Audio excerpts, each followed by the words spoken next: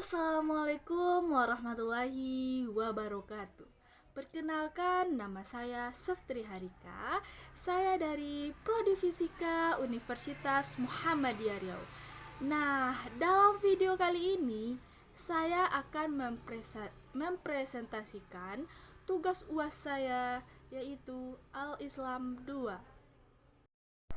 Bab 1, yaitu hakikat ibadah. Yang pertama yaitu konsep ibadah. Ibadah dalam Islam merupakan puncak dari perasaan tunduk dan patuh kepada Allah Subhanahu wa taala dan perasaan yang merasakan kebesaran Allah Subhanahu wa taala sebagai tempat pengabdian diri. Ibadah juga merupakan tangga penyambung antara akhlak dan penciptanya. Ibadah dibagi menjadi dua macam. Yang pertama yaitu ibadah mahdah dan yang kedua adalah ibadah ghairul mahdah. Nah, yang pertama itu kita akan membahas ibadah mahdah atau juga sering disebut ibadah khusus. Nah, ibadah khusus atau ibadah mahdah ini yaitu apa yang telah ditetapkan Allah akan perinci-perincinya, tingkah dan cara-caranya yang tertentu. Nah, maksudnya adalah keberadaannya harus berdasarkan perintah atau dalil, baik dari Al-Quran maupun dari sunnah Rasulullah. Nah, maksudnya yang kedua itu tata caranya harus berpola pada contoh yang telah dibuat Rasulullah Subhanahu wa taala. Nah, yang kedua yaitu ibadah ghairul mahdah atau disebut dengan ibadah umum. Nah, ibadah ini adalah segala sesuatu yang dicintai dan diridhoi Allah, baik berupa perkataan maupun perbuatan, baik lahir maupun batin. Nah, maksud dari penjelasan tadi yaitu yang pertama itu adalah keberadaannya didasarkan atas tidak adanya dalil yang melarang, baik dalam Al-Quran maupun sunnah Rasul. Nah, yang kedua yaitu terlaksananya tidak perlu berpola pada contoh yang dibuat Rasulullah Shallallahu Alaihi Wasallam. Nah, yang ketiga yaitu bersifat rasional atau baik buruk, untung rugi, manfaat atau mudaratnya dapat dibentuk oleh logika. Nah, yang terakhir yaitu azasnya manfaat. Selama itu bermanfaat, maka selama itu boleh dilakukan. Fungsi ibadah. Ibadah dalam Islam tidak hanya bertujuan untuk mewujudkan hubungan antara manusia dengan Tuhannya, tetapi juga untuk mewujudkan hubungan antara sesama manusia. Dalam Islam ada 3 fungsi ibadah. Yang pertama yaitu mewujudkan hubungan antara hamba dengan Tuhannya. Yang kedua, mendidik mental dan menjadikan manusia ingat akan kewajibannya. Dan yang ketiga, melatih diri untuk berdisiplin. Nah, sekarang kita akan membahas hikmah ibadah. Hikmah menjalankan ibadah itu antara lain yang pertama yaitu terhindarnya dari sifat syirik. Dan yang kedua adalah memiliki ketakwaan. Yang ketiga, terhindar dari kemaksiatan. Yang keempat yaitu berjiwa sosial. Yang kelima, tidak kikir. Yang keenam, merasakan keberadaan Allah Subhanahu wa taala. Yang ketujuh, takaburnya doa-doa kita. Yang kedelapan, memiliki kejujuran. Yang kesembilan, berhati ikhlas. Yang terakhir yaitu banyak saudara. Nah, sekarang kita akan membahas makna spiritual ibadah bagi kehidupan sosial. Manfaat ibadah lainnya yaitu mampu memberikan ketenangan jiwa bagi pelakunya. Dengan menjalankan ibadah secara baik dan sesuai tuntunan, umat Islam akan merasa hidupnya nyaman. Dengan kenyamanan ini akhirnya mampu mengantarkan dirinya kepada kondisi kesehatan mental yang baik. Bab yang kedua yaitu sholat. Hakikat sholat. Sholat adalah suatu kewajiban bagi umat manusia, terutama umat Islam. Nah, sholat ini adalah rukun Islam yang pertama. Jadi, pengertian sholat dalam ibadah yaitu dimulainya dengan niat, diawali dengan baca takbiratul ihram, dan diakhiri dengan mengucapkan salam dengan syarat dan ketentuan yang mengikuti atau diajarkan oleh Nabi Muhammad SAW. Sedangkan sholat secara praktis juga merupakan bentuk terapi perilaku yang sangat efektif. Maka, yang baik dalam menjalankan sholat akan berbekas pada perbuatannya yang baik pula. Mengapa Allah mewajibkan kita untuk sholat? Nah, sesungguhnya kewajiban sholat justru merupakan bentuk kasih sayang Allah Subhanahu wa Ta'ala kepada hambanya. Allah Subhanahu wa Ta'ala adalah Tuhan yang Maha Rahman, Maha Rahim, yang Maha Tahu dan segala apa yang kita lakukan di bumi ini. Sehingga setiap apapun yang diperintah dan dilarang olehnya benar-benar menunjukkan kasih sayang dan cintanya kepada setiap makhluk di muka bumi ini. Tujuan dan fungsi sholat. Yang pertama itu yaitu mendekatkan diri dengan Allah Subhanahu wa Ta'ala. Yang kedua, menjaga kesadaran dan pengendalian diri. Yang ketiga yaitu motivasi dan terapi psikologis. Yang keempat yaitu memupuk rasa persamaan, persatuan, dan persaudaraan. Yang kelima yaitu mencegah perbuatan keji dan mungkar. Yang keenam, menanamkan disiplin diri terhadap waktu. Yang terakhir yaitu menolong memecahkan masalah. Nah, sekarang kita akan menjelaskan akhlak dalam sholat. Yang pertama itu jujur. Yang kedua, menjaga kesucian. Nah, jadi sebelum sholat itu kita bersuci dulu, berwudu. Dan yang ketiga, menepati janji dan disiplin waktu. Jadi, dalam sholat itu kita juga perlu disiplin waktu. Contohnya yaitu bangun pagi. Jadi, kita itu tidak boleh bangun siang. Karena apa? Karena subuh kita sudah sholat. Bab keempat yaitu haji. Nah, haji adalah memenuhi panggilan Allah Subhanahu wa Ta'ala untuk melaksanakan ibadah ke tanah suci pada waktu yang telah ditentukan sesuai dengan syariat Rasulullah Sallallahu Alaihi Wasallam. Nah, jadi hikmah haji dalam berbagai aspek. Yang pertama itu mengikhlaskan seluruh ibadah. Yang kedua, mendapatkan ampunan dosa-dosa dan balasan jannah. Yang ketiga, menyambut seruan Nabi Ibrahim. Yang kelima, menyaksikan berbagai manfaat kaum muslimin Allah Subhanahu wa Ta'ala. Yang keenam, saling mengenal dan saling menasehati. Yang ketujuh, mempelajari agama Allah Subhanahu wa Ta'ala. Yang kedelapan, menyebarkan ilmu. Yang kesembilan, memperbanyak ketaatan. Yang ke-10 menaikkan nazar. Yang ke-11 menolong dan berbuat baik kepada orang miskin. Yang ke-11 memperbanyak zikir kepada Allah. Yang ke-12 berdoa kepadanya. Yang ketiga adalah menunaikan manasik dengan sebaik-baiknya. Yang keempat adalah menyembelih kurban. Bab yang kelima yaitu ibadah muamalah.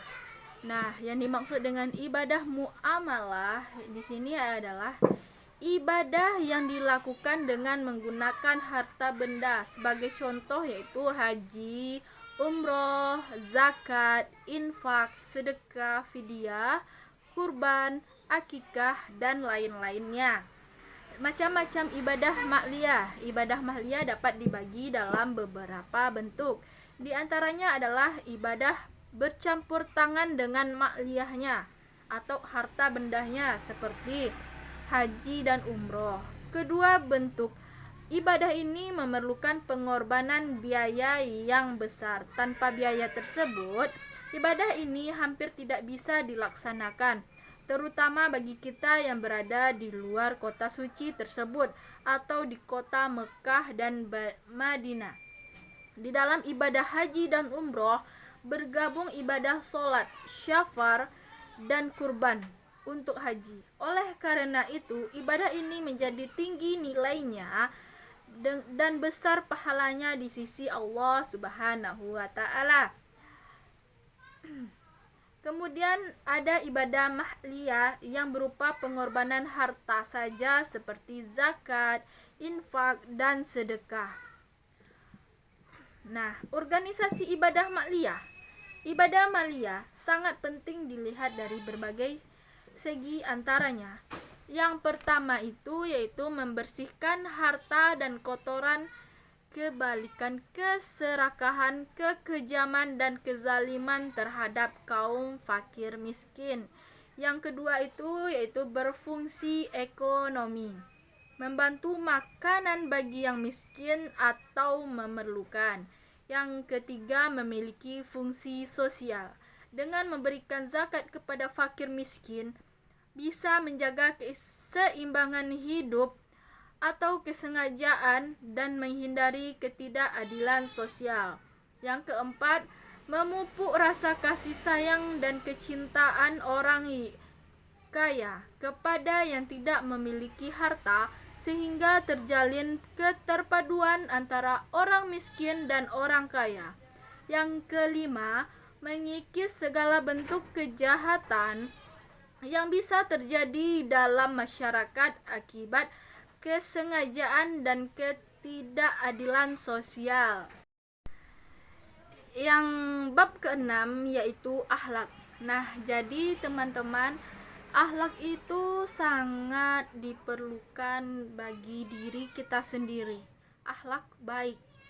Jadi, akhlak berarti budi pekerti, perangai, tingkah laku atau tabiat.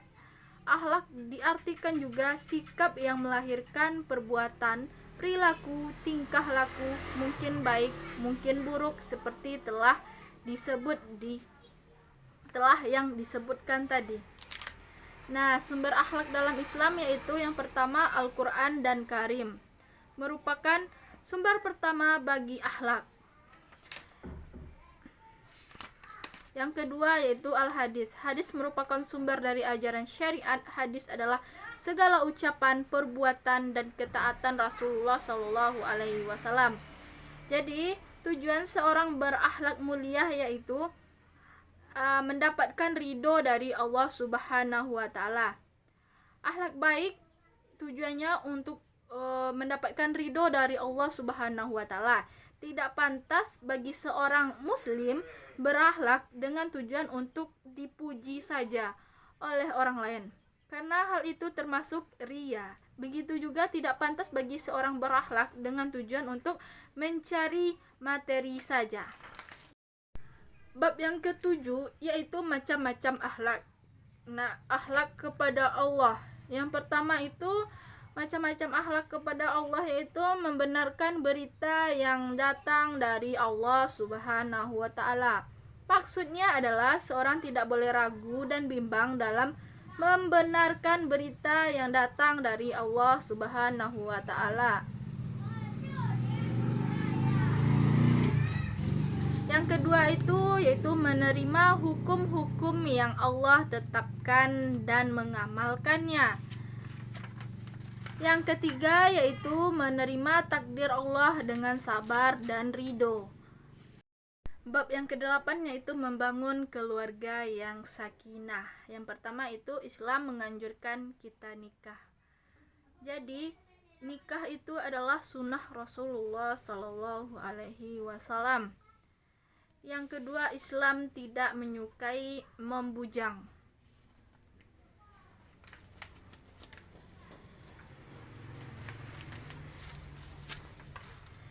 Yang ketiga adalah tujuan pernikahan dalam Islam. Yang pertama itu adalah untuk memenuhi tuntunan naluri manusia yang asasi. Yang kedua itu untuk membentengi akhlak yang mulia.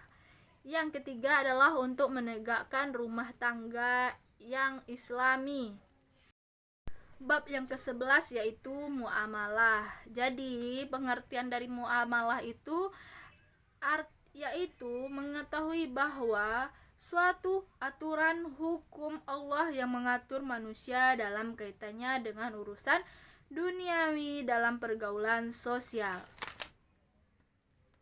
Pandangan Islam tentang kehidupan dunia. Islam adalah agama Allah yang diwahyukan kepada Rasulullah SAW sebagai hidayah dan rahmat Allah Subhanahu wa Ta'ala bagi umat manusia sepanjang masa, yang menjamin kesejahteraan hidup materi dan spiritual dunia yang ukhrawi.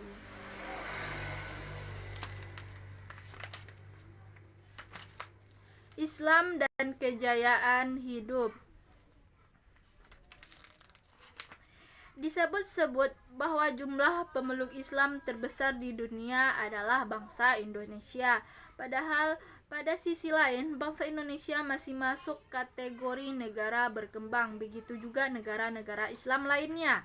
Dalam bidang ilmu pengetahuan, ilmu teknologi, pendidikan, ekonomi, dan lainnya masih kalah dibandingkan negara maju lainnya. Ruang lingkup muamalah.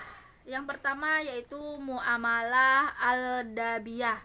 Muamalah ini ialah suatu muamalah yang ditinjau dari segi cara tukar menukar benda yang bersumber dari panca indera manusia, yang unsur menegakkan adalah hak-hak, kewajiban, misalnya hasud, dengki, dendam. Yang kedua adalah muamalah al-madiyah, yaitu suatu muamalah yang mengkaji objek sehingga sebagai ulama bahwa muamalah al-madiyah adalah muamalah bersifat kebendaan karena objek muamalah adalah benda yang halal, haram, dan subhab untuk diperjualbelikan. Akhlak dalam bermuamalah. Yang pertama yaitu menahan diri dan dari mengganggu sesama. Yang kedua adalah mengarahkan kebaikan bagi sesama. Yang ketiga, menampakkan wajah yang ceria. Bab yang ke-12 yaitu Islam dalam persoalan hidup dan kerja. Yang pertama adalah hakikat hidup dan kerja. Dalam Islam terdapat apa yang tersebut dengan nafs sebagai potensi yang membawa kepada kehidupan. Dalam pandangan Al-Quran, nafs diciptakan Allah dalam keadaan sempurna untuk berfungsi menampung serta mendorong manusia dalam kebaikan. Rahmat Allah atas orang yang rajin bekerja. Umar bin Khattab, khalifah kedua setelah Abu Bakar Siddiq, berkata, "Aku benci orang yang berpangku tangan tanpa ada aktivitas kerja, baik kerja untuk dunia atau untuk kepentingan dan akhirat kelak." Akhlak dalam bekerja. Seorang muslim dalam bekerja selalu berhati-hati dan terbuka pikirannya kepada keindahan ciptaan Allah. Dia menyadari bahwa Allah yang mengontrol segala urusan dunia dan kehidupan manusia. Bab yang ke-13 adalah Islam dalam masalah harta. Harta dan jabatan adalah amanah dan karunia Allah Subhanahu wa Ta'ala. Harta dan jabatan adalah amanah Allah yang dititipkan juga kepada kita. Keduanya juga akan diminta oleh Allah Subhanahu wa Ta'ala pertanggungjawabannya di hari kemudian, baik terhadap mendapatkan maupun cara mempergunakan setelah didapatkan. Kewajiban mencari kerja. Mencari rezeki merupakan tuntunan kehidupan yang tak mungkin seorang menghindari dirinya. seorang muslim tidak melihatnya sekedar sebagai tuntunan kehidupan, namun ia mengetahui bahwa itu juga merupakan tuntunan agama dalam rangka menaati perintah Allah Subhanahu wa taala untuk memberikan kecukupan dari maksiat kepada diri dan keluarganya atau siapa saja yang berada di bawah tanggung jawabnya. Keutamaan makan dari hasil tangan sendiri. Allah Subhanahu wa taala telah memberikan kepada kita karunia-Nya berupa kesempatan, sarana dan prasarana untuk mencukupi kebutuhan kita. Allah menjadikan waktu siang agar kita gunakan untuk mencari penghidupan.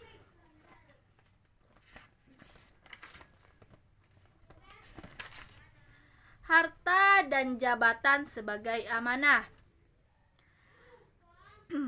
Pendapat mayoritas ulama, al-amal adalah segala sesuatu yang memiliki nilai di mana orang yang merusaknya berkewajiban untuk menanggung atau menggantinya. Sikap terhadap harta dan jabatan. Disebabkan harta dan jabatan itu adalah merupakan amanah dari Allah Subhanahu wa taala, maka kita harus bersikap hati-hati terhadapnya. Bila terhadap harta, kita wajib berupaya dan berusaha mencarinya karena harta merupakan kebutuhan kita sebagai bahagian dari modal hidup. Namun bukan demikian halnya tentang jabatan. Jabatan itu merupakan amanah. Oleh karena itu, kita tidak harus ambisius untuk memperolehnya. Jadi patutlah kita bersyukur atas apa yang kita peroleh. Banyak orang di luar sana kesusahan, susah untuk mencari makan, sedangkan kita alhamdulillah bisa makan, sedangkan di luar sana banyak yang tidak makan. Patutlah kita bersyukur atas nikmat yang diberikan Allah Subhanahu wa taala. Nah, demikianlah yang bisa saya jelaskan. Jika ada kesalahan dalam video saya, jika ada kekurangan dalam video saya mohon maaf sebesar-besarnya, karena kebenaran itu datangnya dari Allah dan kesalahan itu datang dari diri saya sendiri. Dan saya akhiri dengan Assalamualaikum warahmatullahi wabarakatuh.